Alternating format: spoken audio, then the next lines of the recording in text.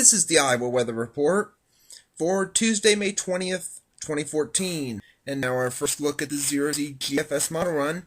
At 1 p.m. this afternoon, we have a ridge over the Texas and Louisiana area, a trough digging in across California and Nevada, another one moving off the northeast and mid-Atlantic coast.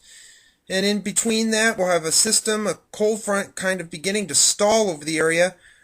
Some shower and thunderstorm activity is possible, mainly in the afternoon after this time period across that area, but it'll be mainly sunny with highs in the 70s and 80s outside of any storms. You can see here on Wednesday, most of the shower activity is going to be to the east of the state over the Great Lakes into the northeast and mid-Atlantic. We can't rule out an isolated shower or storm in the far southern and the southwestern counties, however. And you can see that here on Thursday, the same areas, mainly in the southwest and south central counties of the state.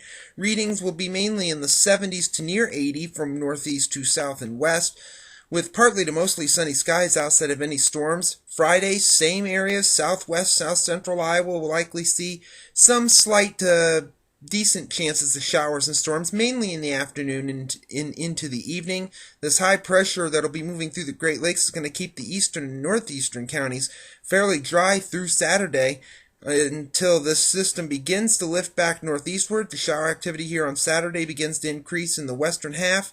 And then on Sunday, we could see some shower activity in about the eastern half of the state, although any place in the state could get an isolated shower or storm.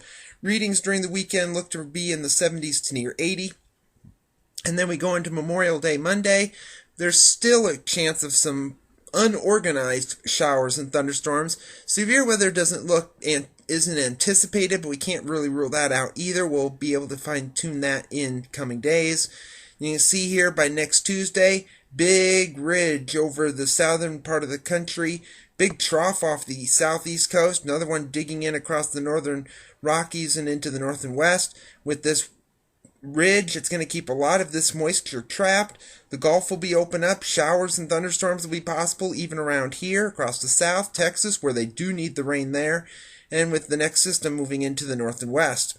And you can see that ridge is still in place here on May 31st. We have a trough over the Sierra Nevadas. We have this ridge, as we said before, that's going to keep it fairly warm and quite unstable with the typical afternoon showers and storms down there. A system that could bring some decent activity across the northern Rockies, plains, and even into the state as well, if this is to be right. At the end of the forecast on June 4th, still have a ridge over the south, but it's not as strong. You can see the main storm track is way to the north and then sweeps across the Great Lakes and into New England.